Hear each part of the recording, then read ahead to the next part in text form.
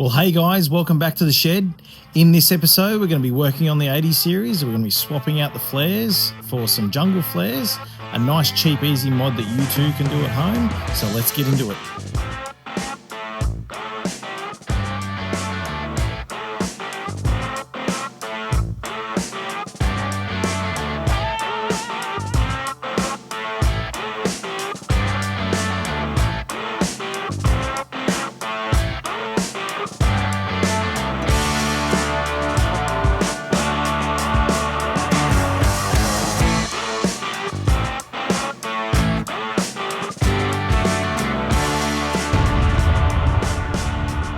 All right, so the job for today, I've gone on board. Now, there's, and leave a comment below because this gets pretty opinionated when it comes to 80 series flares. Now, the original 80 series flares are fiberglass, right? And so, yeah, they've got a couple of, so this is the back one, obviously. It's a couple of nuts here that hold this on, and then that clips into place. But overall, it's a nice, clean, finished look.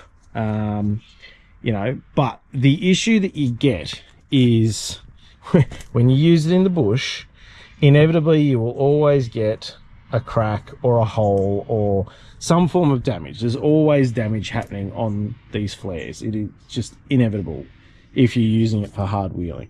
There's always been a big debate about replacing them and repairing the original flares versus getting, the cheap plastic jungle flares.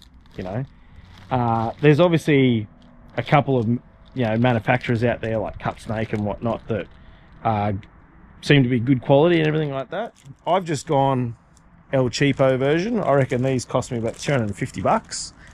And the reason why I've gone these ones is because if I break them, I'm not getting too upset because clearly I've broken the ones on there.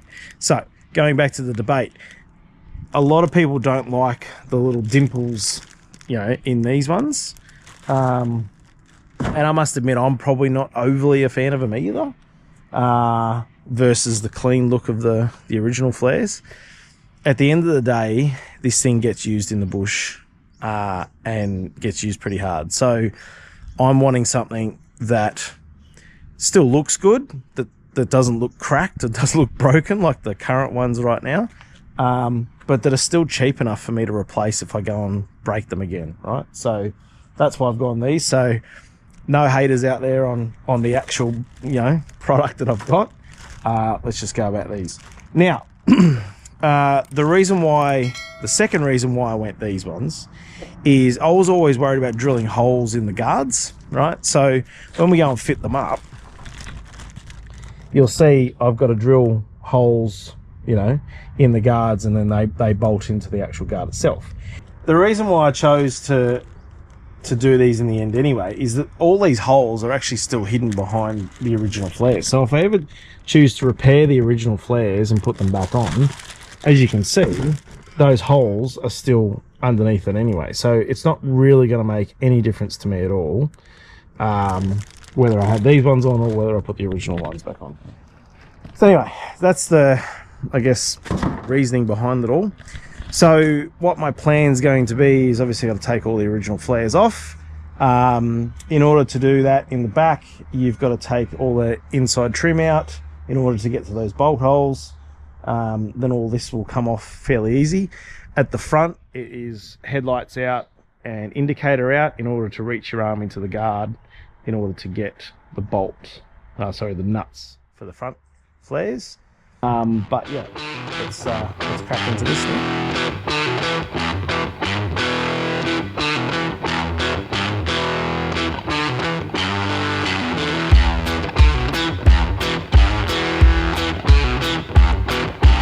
So yeah, it fits up initially pretty nice.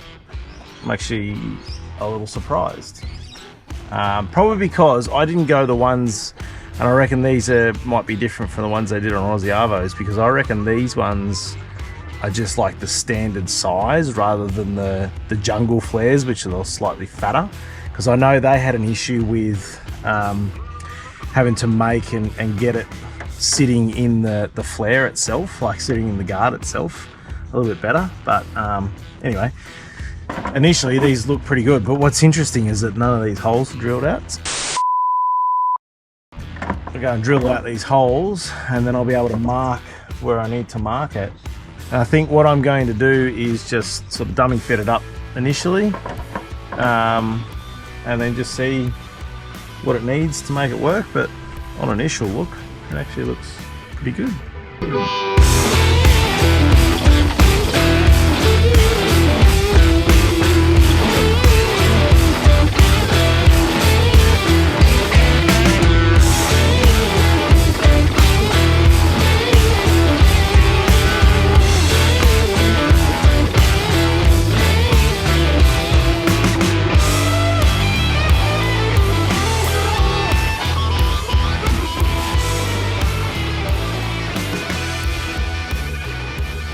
Alright, that side is now done.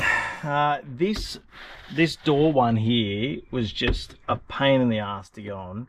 I think it's because it like rotates and is so flexible and everything like that. So to get the bolt holes in and everything like that, it was just a bit of a pain to get that all sorted out, but I think it's come up quite nice. Obviously, you've got to drill out all the holes in these ones, so that's fine. I've drilled all them out. On this here though, you can actually tell where this has been caved in here, because I reckon that would sit out there normally, but there's like a little gap there now, but it is what it is. Yeah, I think the other side will look nice, but they're actually pretty solid. Like I'm actually impressed with them. So anyway, that's that side done. So I'm going to rinse and repeat on the other side, and then we'll get to going on the fronts.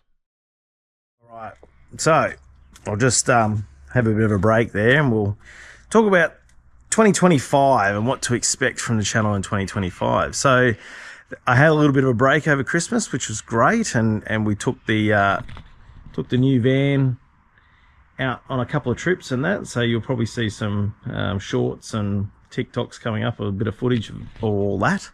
So that was pretty cool. But for this year, happy to announce that we've got Penrite coming back on as a product sponsor. The EH is back on the hoist, which means that I've got to crack back into it. I haven't done anything on the EH since I started it up back in May. So I've done a couple of brake lines and everything like that, but that's about it. So full ball into that this year. And yeah, I mean, look out for the episodes on that. And then I guess the big one, which Jade has been banging on about, is the daddy-daughter project. So getting Jimmy up and going. Yeah, stay tuned for that one. That'll start happening this year as well, because now she's starting to get old enough to be able to think about getting her learners and driving and everything like that. So yeah, we've got to have this up and going. This should be up and going by the end of the year, I would have thought.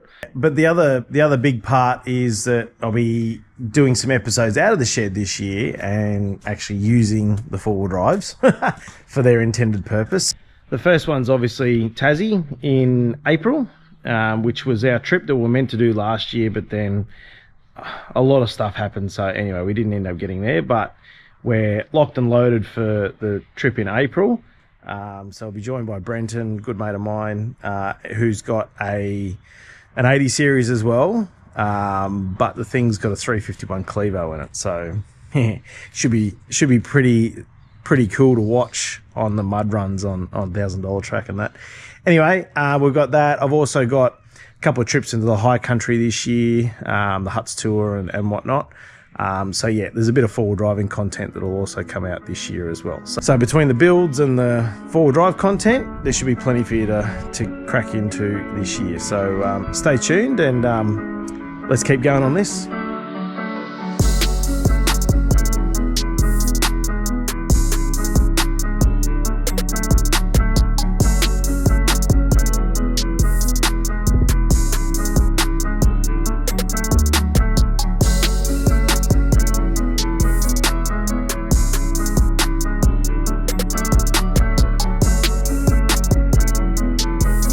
So if you've made it this far and you enjoy this content, make sure you smash that like button and subscribe to the channel, because every little bit helps, and it allows me to continue making content like this for you guys.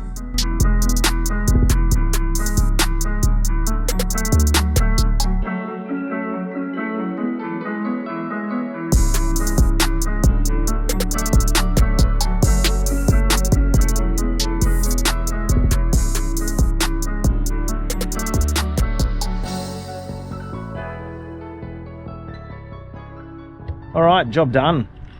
So yeah, that sort of took, I mean, it took most of the day, but that's because I'm pedantic with certain things. But yeah, they went on pretty easy, and I think the finish of them is actually probably better than I expected, to be honest. I think the difference with these ones is that because these ones are just like the standard size flares, yeah, they don't look out of place.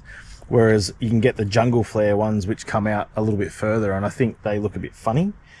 But yeah, I'm pretty happy with how they've come out now, and cost-wise, it's not too bad. So I think these were like $250 just online. If you Google, you know, jungle flares for 80 series, I think they were like $250. And then I've probably used, I don't know, maybe $30 worth of nut certs and bolts, just stainless head, you know, stainless M6 bolts.